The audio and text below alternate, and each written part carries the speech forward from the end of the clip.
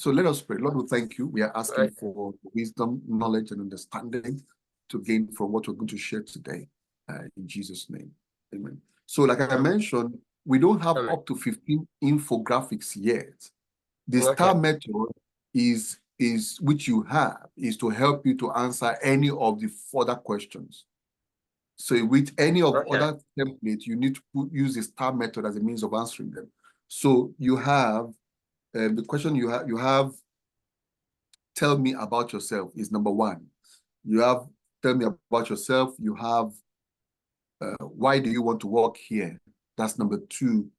You have why should I hire you? That's number three. Yeah. You have tell me when you were in a difficult situation. That's number four. Yeah. Then you have tell me about a time when you failed. That's number five. Tell me about time No, when I think you I've got like what is your I've got like weakness? what's your greatest weakness? That's the next one I'm going That's to. number five. No, well, okay. I'm don't have any number to them. I'm just telling you the number those I've produced that we have discussed on. So number six is what is your greatest weakness? That's number six. And we have why did you leave your last job? Okay. Yeah. Is number 7. Why did you leave your last job? And the one we did last time, what was it again? The green one. Let me check that now. How would you deal with an angry situation? Yes, an angry customer was the last one. Yeah. How will you deal with an angry customer? Yeah. How will you deal with an angry customer? That should be number 8. 1, 2, 3, 4, 5, 6, 7, 8. 1, 2, 3, 4, 5, 6, 7.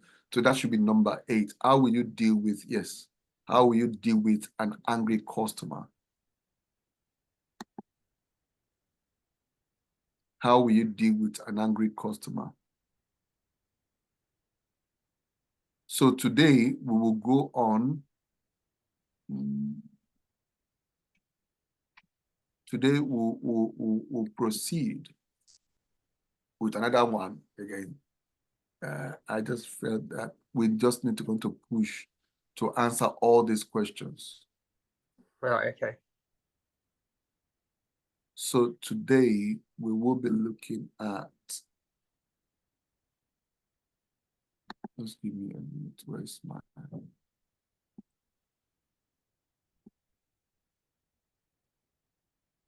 all right, so the document,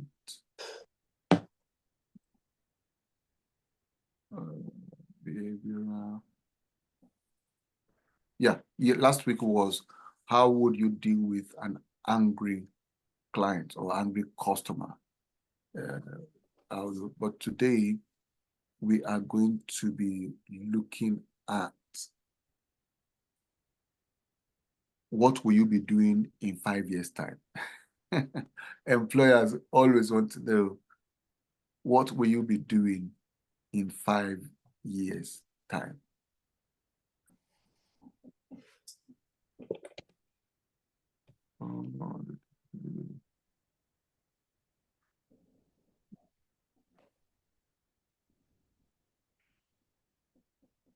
So what will you be doing in 5 years' time is what we are looking at today.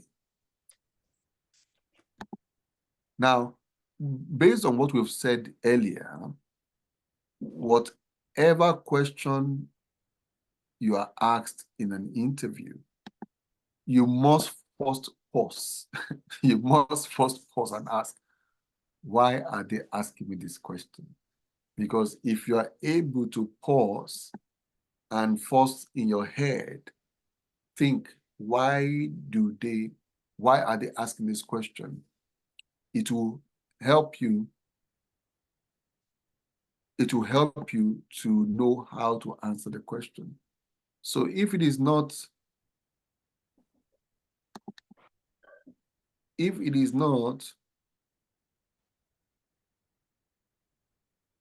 My Zoom. Okay, now I can share my screen now.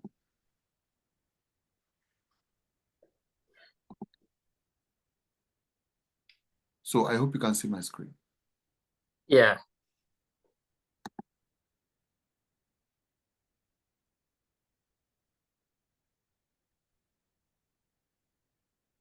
So is the question, where do you, or what will you be doing in 5 years' time, or where do you see yourself in 5 years' time? Employers often want to know, where do you see yourself? There's a missing question mark at the end over there. So where do you see yourself in 5 years' time? So I think I saw Idomba. Can you answer the question? Where do you see yourself in 5 years' time?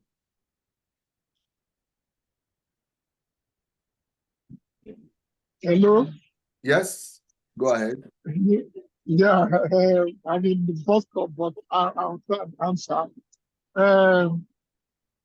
In 5 years' time, I see myself still working for your company and developing my competency in this field that I'm being engaged in by taking up more courses and also taking up courses that will also help me to integrate to other departments that I give support to. And I also aim to grow in the company in 5 years' time to be able to also head the department. Okay. I don't know what I'm saying. The question I will ask you is that, how do you think you did? Do you believe yourself what you just said? I don't believe myself. Theodros, do you believe him? I think I do believe him, to be honest. But I understand where you're coming from, as in, like, you have to make it believable to your employers. And that's the point, is that before you answer any of these questions, you must have thought it through. True. Now, true. why you might believe him, but he was rambling. His thoughts are not coordinated. Even though he mentioned some of the things that are needed to be said, still you have a lot. It didn't come with a punch. You have a doubt in what he is telling you, and that is what that is the reason why this framework that I have created for each of those questions is important. The frameworks are supposed to give you a structure of how you need to present the information. So that, like he tried, but he was rambling. He was going here, he was going there, it was, it was not cogent, it was not focused, it was not straightforward. And that is why, again, this is the template for answering, where do you see yourself in 5 years' time, or what would you like to be doing in 5 years' time? And the is QKSAD, QKSAD, QKSAD, QKS. When we say Q, is your qualification. And like I keep mentioning, when you say K, is your knowledge. Do you have any knowledge? When you say S, is your skills. If you have A, is your aspirations, which is what this question is actually all about. The question is about your aspirations. The question is about your career progression. Do you have any plan? Do you have any goal for yourself in your career, in your personal life, and in your career life? Do you have any goals? And then you finish up by demonstrating how that aspiration will help the organization to become better. to increase whatever they are doing. So it's important to look at, like I keep saying, don't focus too much on the QKS and the last one, D. Focus more on the A, which is what the meat, the heart of the question, the aspiration. What are your career? In other words, this question is asking you, what are your career aspirations? The question is asking you, what are your career goals? That's all what it's asking you. And so you need to focus and sit well. But don't forget, any question you are answering, you need to situate it within, the STAR technique. And that's why under the skill, you see, I've indicated what are the skills that are needed in line of career goals, career aspirations. And why are these companies asking you the question they're asking you? They want to know if you're going to be here for us for a long time. You see, it is costly employing staff. Do you know that? Yeah. When I mean costly, not the salary they're going to pay you, the process of doing advertisement, doing interview, cross-checking, background checks, all those things is quite costly. So employers are looking for how easy can we. So it will not be good that after the employer has spent that same time, employing in January, and all of a sudden in June, July, they're already going through the same process all over again. They want to know, are you going to stay long here with us? And that's what this question is trying to find out. As part of the things the question is trying to find out. So how would I, if I was the one being asked this question? Next, let's assume that no more Rishi Sunak is now Keir Starmer, isn't it? Let's assume that Keir Starmer is inviting me and is interviewing me. I want to know if I'm going to be with him for the next 4 years, for the next 4 years to support him to deliver. And he's asking me, so, Shola, where do you see yourself in 4 years? Maybe my role is to help him regarding creating employability project across the north, the up and down, north and south of the United Kingdom, creating employability project. So, and he wants to know if I'm going to be consistent. I'm going to be with him till the end of his tenure, which is in 4 years' time. So thank you so much, Mr. Prime Minister, for having me. Thank you for the privilege to be able to, share and to be able to come and interview with you today.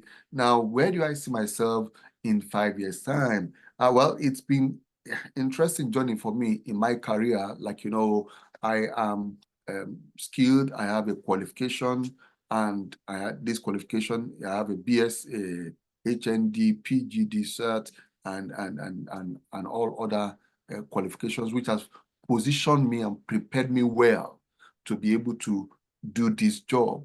And of course, I also have a broad knowledge of when it comes to the employability space across the country. I get to understand, I know what employers are looking for, and I know what the industry is looking for. So that knowledge has given me the quality, what it requires for me to do this job more abreast. And more importantly, the skills which I possess also, I'm a person that is always very focused, diligent, dedicated, and honest. And I'm also quick to adapt to changing situations. So, but straight to the point of what you are asking me today is the fact that I would be able, coming on this role, like I did in my previous role, I will be able to look at, okay, in the next 4 years, I'll look at the first 2 years.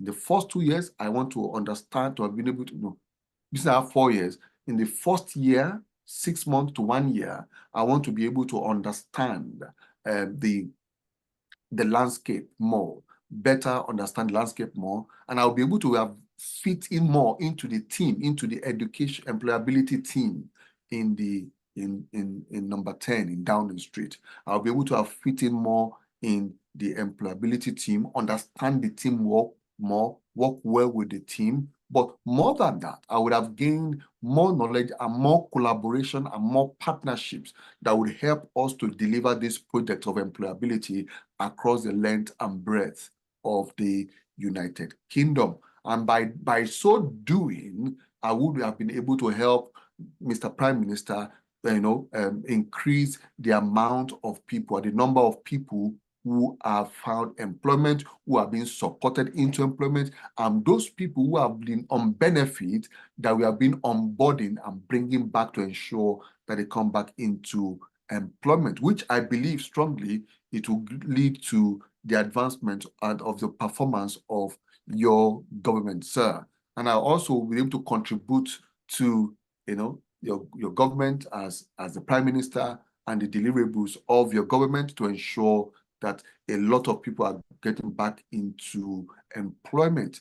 By so doing, we will be able to say at the end of 4 years of this particular government, we would have increased astronomically from what it is currently is 10% now, employability in the country, would have increased it to 25% to up to pushing it up to 30% of people who we have been able to bring back.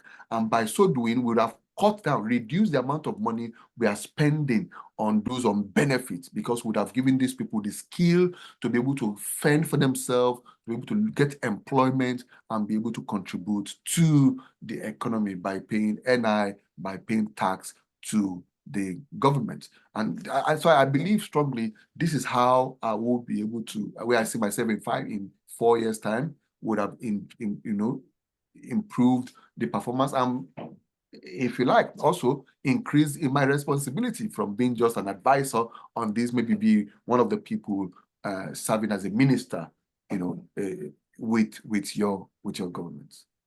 So Tidros, how did I do? Did I ramble?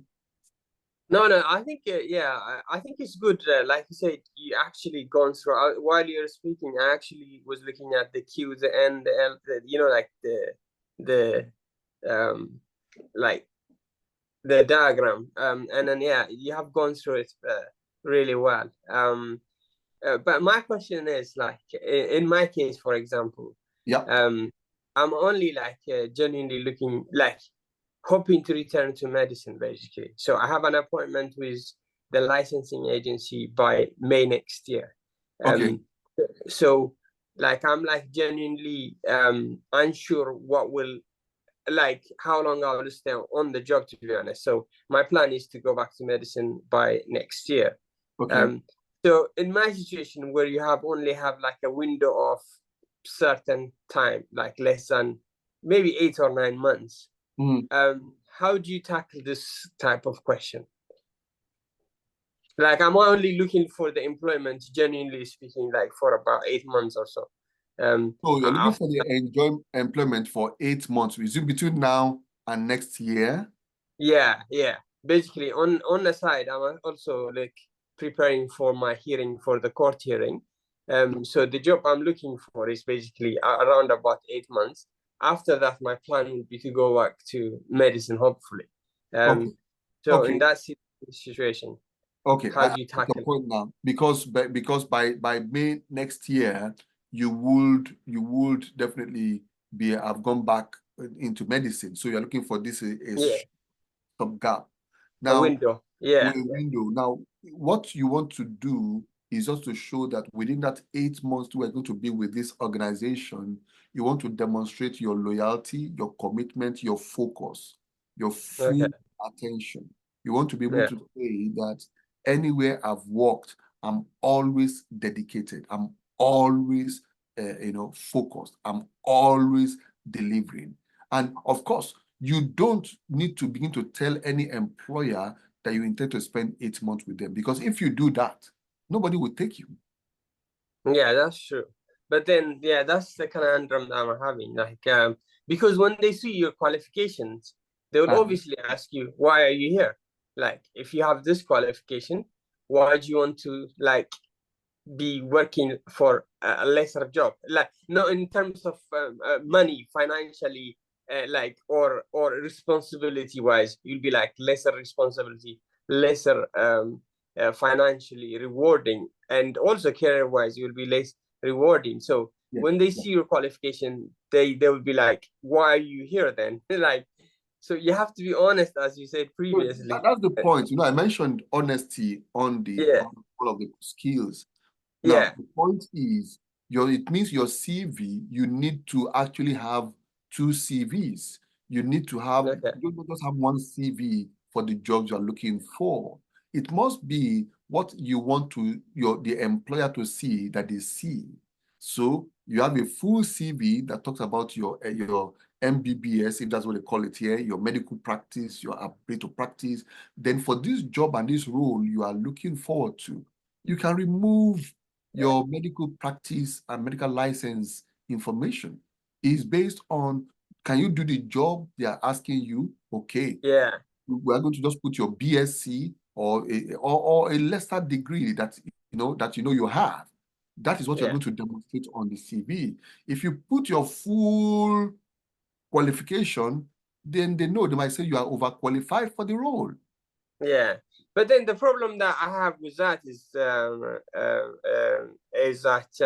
if I was to take off my job, like my degree, and then also my work experience, that would be around 20 years taken off my CV. So most of them, they will ask you what you've done for the past 5 years, for example, or what you've done for the last 10 years. So I've done this, like, if you include university and then also my work experience, it will be like about 15 years or 16 years. So that would be like blank 16 years. So how do I tackle that? Okay, how do you tackle that?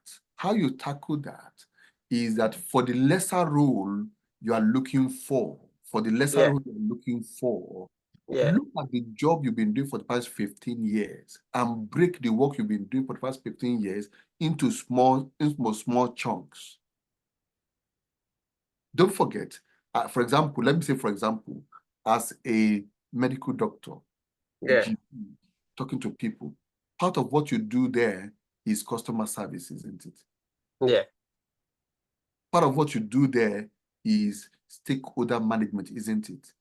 Yeah.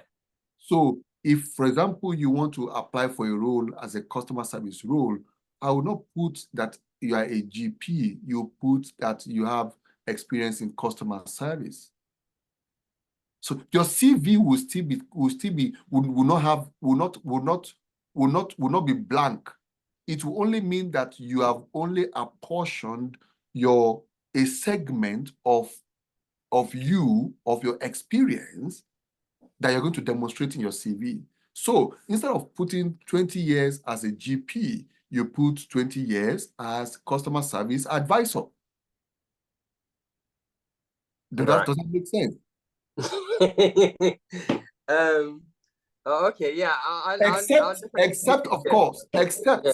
Except if the place you are applying for, is a medical practice, it still has to do with medical practice. If it's not the role of a GP, whatever and wherever the place is, break your experience, your whole experience, into parts and choose one of the roles that you're doing and choose that name. You're not going to choose a name as a GP, you choose a lesser role. Maybe stakeholder advisor, customer service advisor, or customer service supervisor, or customer service superintendent, or stakeholder management, depending on whatever the role you are applying for is. So you break it down, you reduce it, and it will still be, and so on your CV, you go online, you look for the role of a customer service advisor, and you copy the job description and you put as the things you've delivered. Okay, so when it comes to questions, say for example, if they ask you to get like a reference for the customer service you've done, or in what role as a customer service you carried out those jobs, it still becomes sticky because I don't, or how do I tackle it? Like, if the follow-up question is that is where the issue of your network come into play. Your colleagues that you work with who know your situation and scenario. So you should be able to have colleagues that can stand and say, oh, I know him, he did customer service role. Does that make sense? right? Okay. So Yeah, I'll have you might not need, what you might need to have is, because there might be challenge with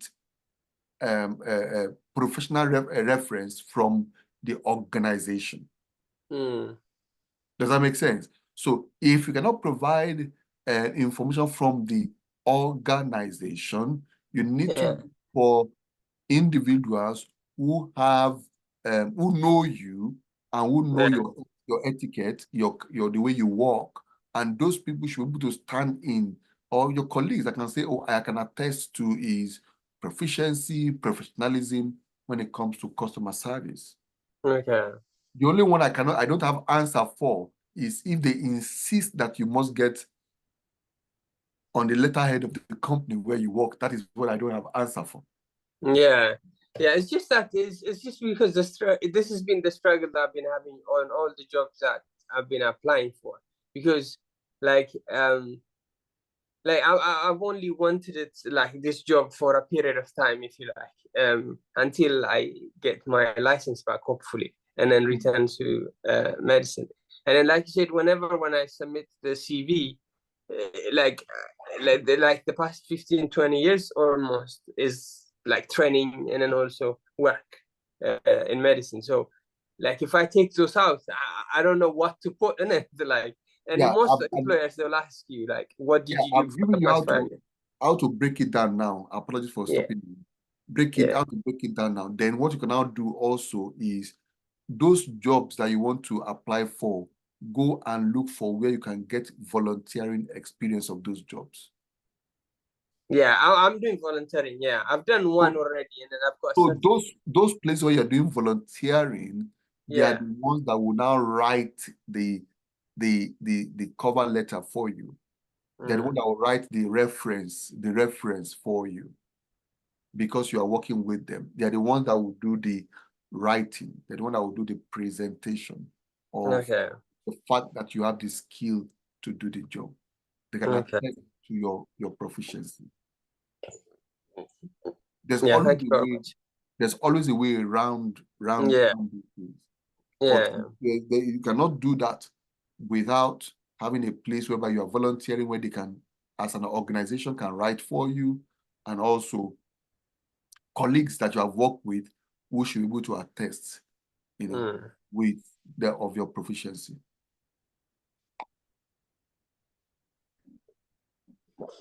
Yeah, that's very helpful. Thank you very much. So, Idomba. Yes. But did you see what I said? The information I said. Okay, now that is the example I gave is about working for Kestama. Let me now give another example of a customer service role.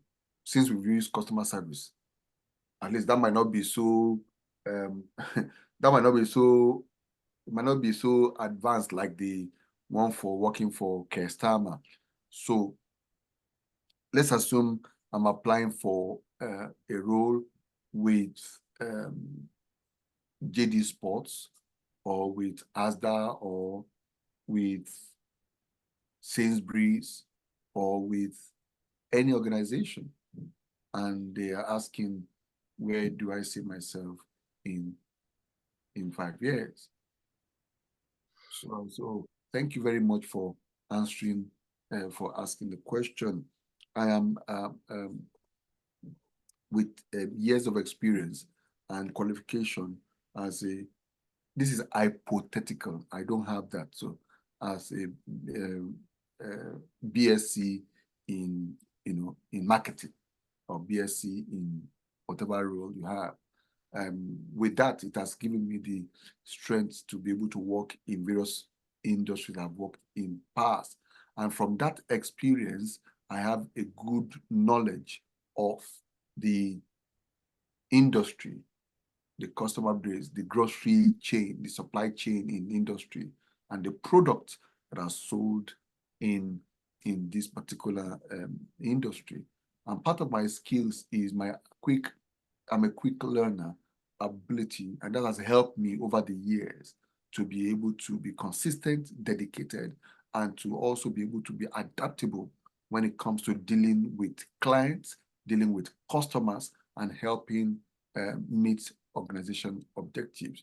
So for me, in 5 years, I see myself to progress in my career from customer service assistant. I hope in 5 years, the first 2 years, I would be able to understand the team well, support well, fit well into the team. I've been established in the team, and I'll be able to, support the team to deliver. And of course, through that period also, I will be learning from my supervisor. I would have learned significant skill, increase my proficiency and my skill set from my supervisor, which would help that in the next 2 years after the 3 to 5 years after, I hope I would have been able to, I hope I would have grown to become, a supervisor overseeing a small team and helping to meet the KPIs and meeting all the corporate organization or corporate objectives of Sainsbury's or Asda or Morrison's.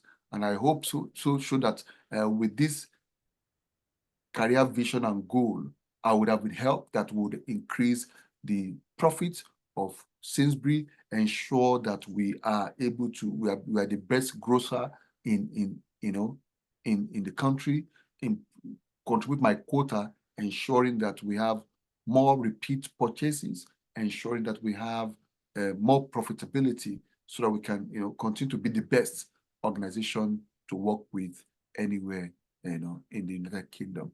So I hope I've been able to answer your question. Thank you very much. So how did I do with that? Yeah, very well.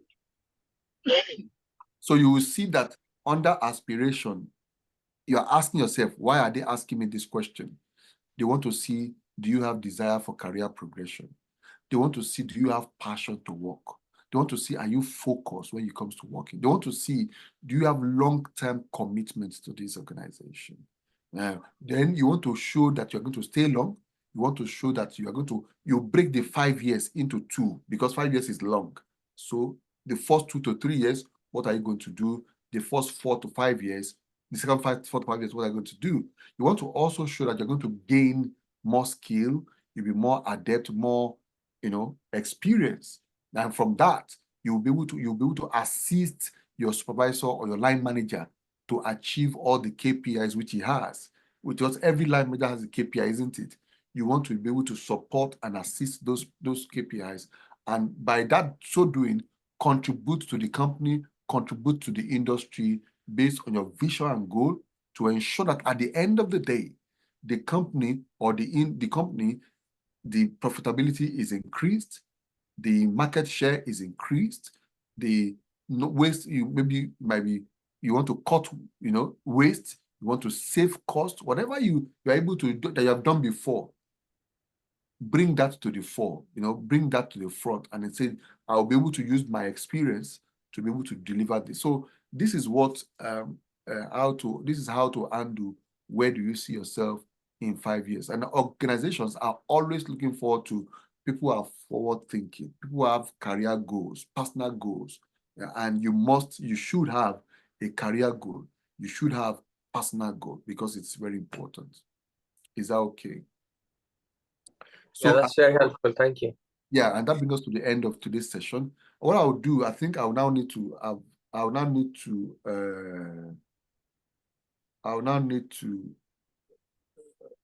interesting. Sorry, I'm ready to be distracted. Something is happening. Okay. Wow. So I'll be able to upload I'll be able to upload all the videos. This one and the video of what we did, how do you handle angry customer? How do you see yourself, or what is your greatest weakness? We did that.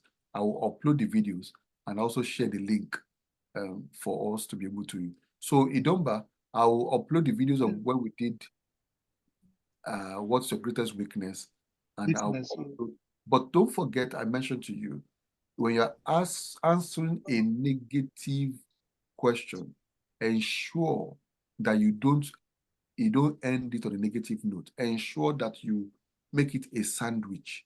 You sandwich your answer in, positive, negative, positive. You don't just go and say, oh, my greatest weakness is. And like I mentioned earlier, when you talk about your weakness, they want to know if you are self-reflective, if you are truthful, if you always assess yourself, if you always think about yourself. So, and those kind of things in which you want to know when you talk about weakness, they want to know if you are close-mindedness, if you are talkative, if you are focusing on one task at a time, you cannot multitask. They want to know if you are micromanaging. They want to know if you are limited, your knowledge is limited. So whatever you are saying, you must indicate, if it is negative, you must indicate what you have done to correct it. And that's why when you're talking about the issue of lack of knowledge, so what do? You attended a workshop, you attended a training, you got an app to increase your skill. So if it is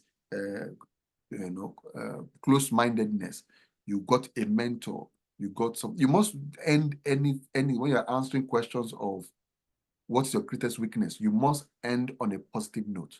How you have improved. If it is time management, you must tell us that how you messed up with deadline. What did you do? You attended a course on time management.